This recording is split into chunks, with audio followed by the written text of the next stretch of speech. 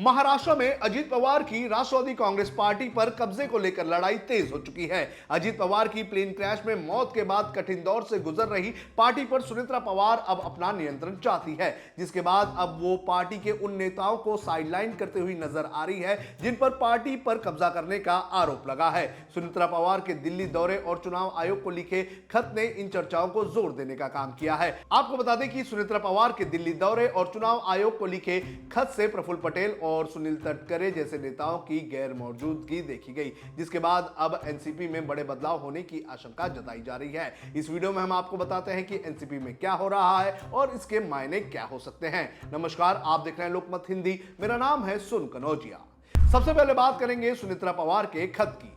NCP में कलह की सबसे बड़ी वजह बनी है वो पत्र जो अजीत पवार के निधन के बाद कथित तौर पर प्रफुल्ल पटेल और सुनील तटकरे ने चुनाव आयोग को लिखा था, जिसमें कहा गया था कि राष्ट्रीय अध्यक्ष की अनुपस्थिति में पार्टी के संविधान के अनुसार कार्यवाहक अध्यक्ष को निर्णय लेने का व्यापक अधिकार दिया जाना चाहिए। ऐसी रिपोर्ट है कि पार्टी संविधान में बदलाव को लेकर प्रफुल्ल पटेल और सुनील तटकरे ने जो सफाई दी है, सुनेत्रा पवार उससे खुश नहीं है। बड़ी बात यह है कि सुनेत्रा पवार ने चुनाव आयोग को एक और पत्र भेजा है जिसमें पटेल और सुनील तटकरे के पदों का जिक्र नहीं है, जिसके बाद यह भी कहा जा रहा है कि सुनेत्रा पवार इन दोनों को पद से हटाने का मन बना रही है। शरद पवार के खेमे के नेता भी इस तरह का बयानबाजी दे चुके हैं। सुनेत्रा पवार का दिल्ली दौरा। एनसीपी की इस कलह का एक दूसरा कारण है सुनेत्रा पवार का दिल्ली दौरा। आपको बता दें कि बुधवार को सुनेत्रा पवार दिल्ली पहुंची थी और ये अजीत पवार के निधन के बाद पहला मौका था जब सुनेत्रा पवार दिल्ली पहुंची और उस वक्त उनके साथ उनकी पार्टी के बड़े नेता शामिल नहीं थे, यानी कि प्रफुल्ल पटेल और सुनील तटकरे,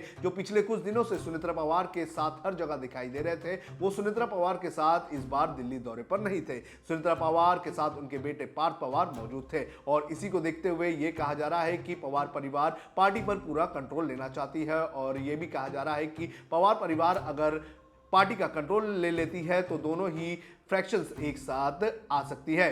सूत्रों का यह भी दावा है कि पार्टी अध्यक्ष सुनेत्रा पवार सीनियर नेताओं की गतिविधियों से खुश नहीं है। सुनेत्रा पवार के सामने सबसे बड़ा एजेंडा एनसीपी के दोनों गुटों को विलय करना है, जिससे अजीत पवार की इच्छा बताई जा रही है। ऐसा दावा किया जा रहा है कि अजीत पवार के निधन के बाद सुनेत्रा पवार और उनके दोनों बेटे पार्थ और जय पवार चाहते हैं कि परिवार के मुखिया शरद पवार के संरक्षण में ही पार्टी को रहना चाहिए।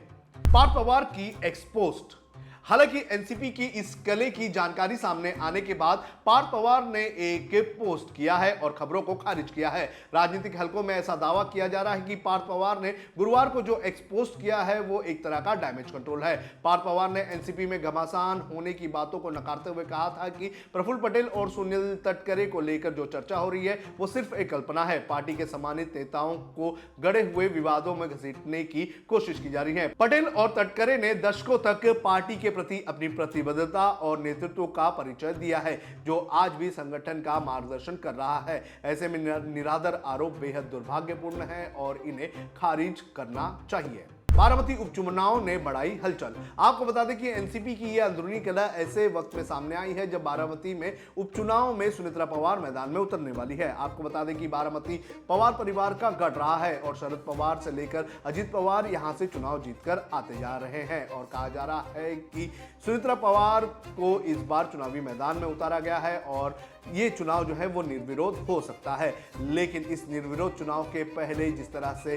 पार्टी के अंदर एक ऐसी चीज और अंदरूनी कलह देखी जा रही है, उसके बाद इस चुनाव को लेकर भी कई सारे सवाल उठाए जा रहे हैं। तो आने वाले दिनों में राष्ट्रवादी कांग्रेस पार्टी में बड़े बदलाव होने की आशंका जताई जा रही है और इसके बाद हो सकता है कि पार्टी में बड़े बदलाव देखने मिले और जिससे देश की राजनीति और महाराष्ट्र की राजनीति में समीकरण बदल सकते हैं। आपको क्या लगता है कि क्या दोनों फैक्शन एक साथ आएंगे और क्या ये बड़े नेता यानी कि प्रफुल्ल पटेल और सुनील तटकरे एनसीपी से अलग होंगे? आपको क्या लगता है? आप हमें कमेंट करके जरूर बताएं।